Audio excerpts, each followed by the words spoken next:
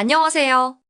이번엔 두레이의 업무 템플릿 기능을 활용해 반복적인 업무의 효율을 높일 수 있는 방안을 알아보겠습니다.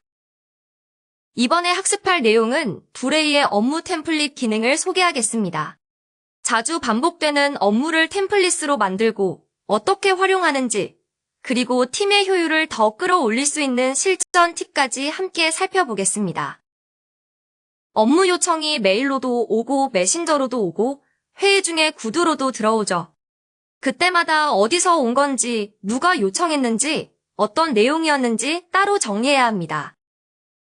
요청이 여러 채널로 흩어지면 자주 누락하거나 중복 처리하는 실수가 자주 발생하곤 하죠. 담당자가 명확하지 않다 보니 응답 지연이나 업무의 혼선도 잦아질 수 있고요. 결국 팀의 업무 효율은 떨어지고 상호 신뢰도는 낮아질 수가 있습니다. 이제는 이런 흩어진 요청을 한 곳에서 정리할 방법이 필요합니다.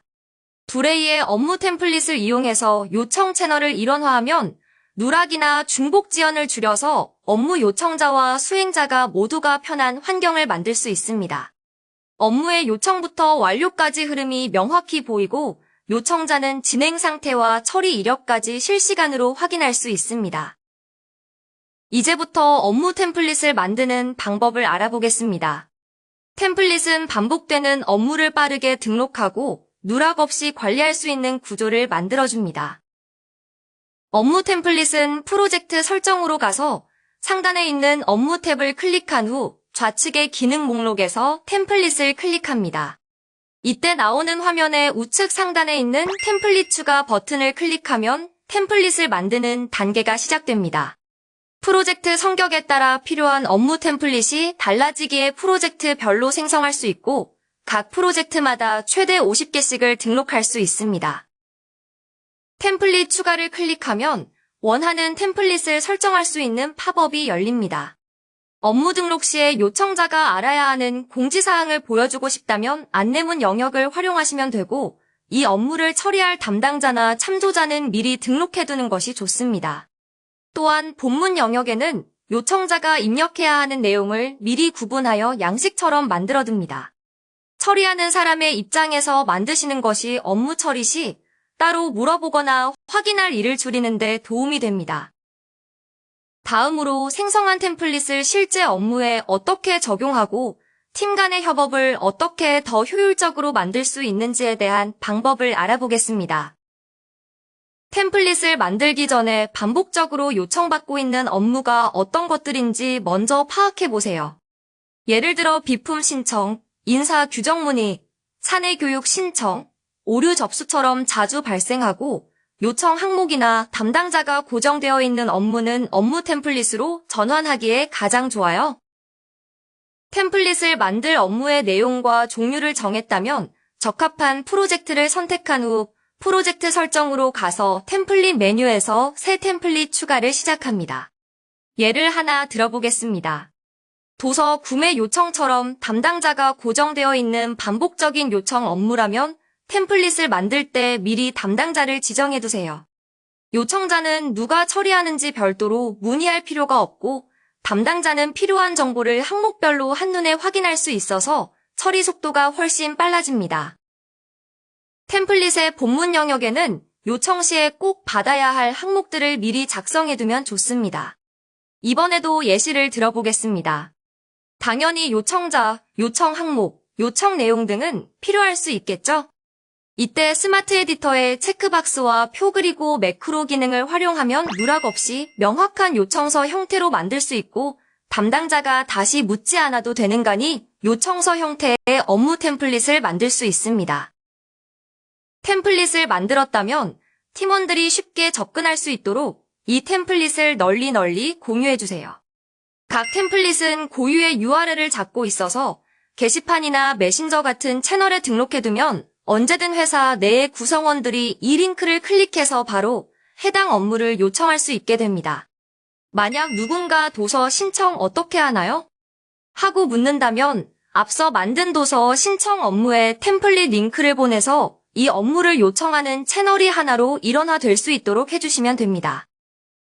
만약 요청자가 템플릿 링크를 클릭하면 업무 담당자와 주의사항 그리고 입력해야 하는 항목이 만들어진 상태로 업무를 등록하는 화면이 열립니다. 요청자는 제목과 내용만 입력하면 바로 등록할 수 있고 이 과정을 거쳐서 등록한 업무는 등록 업무 메뉴에서 빠르게 확인할 수 있습니다. 업무 처리자인 담당자는 내가 처리하기 좋고 정형화된 형태로 요청을 받게 되는데요. 담당자는 내가 담당자인 업무를 확인하거나 프로젝트 내 업무 목록에서 확인할 수 있고 혹시나 요청을 받은 내용 중에 추가적으로 설명과 자료가 필요한 경우에 업무에 있는 댓글을 이용해서 요청자에게 바로 문의할 수 있습니다.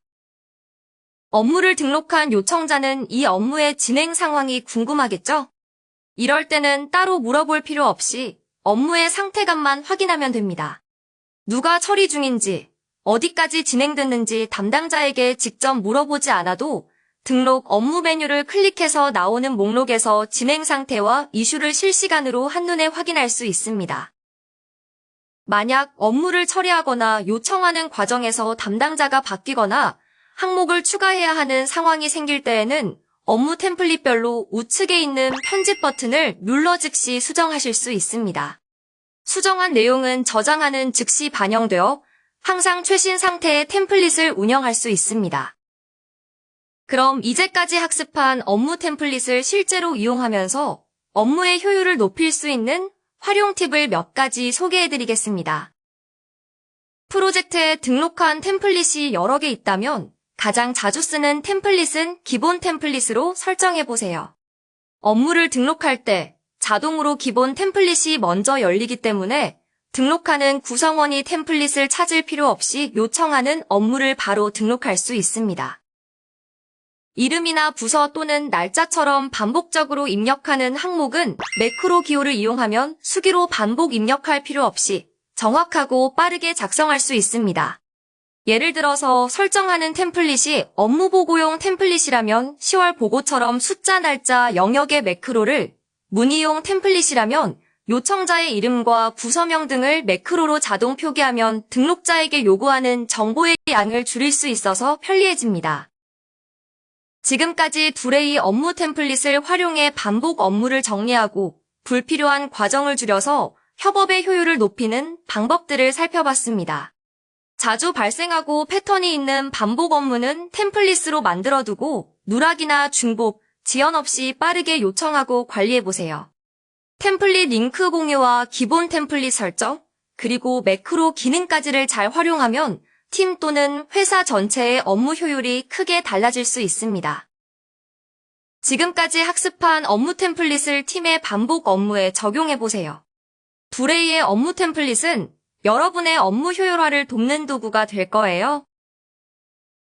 고맙습니다.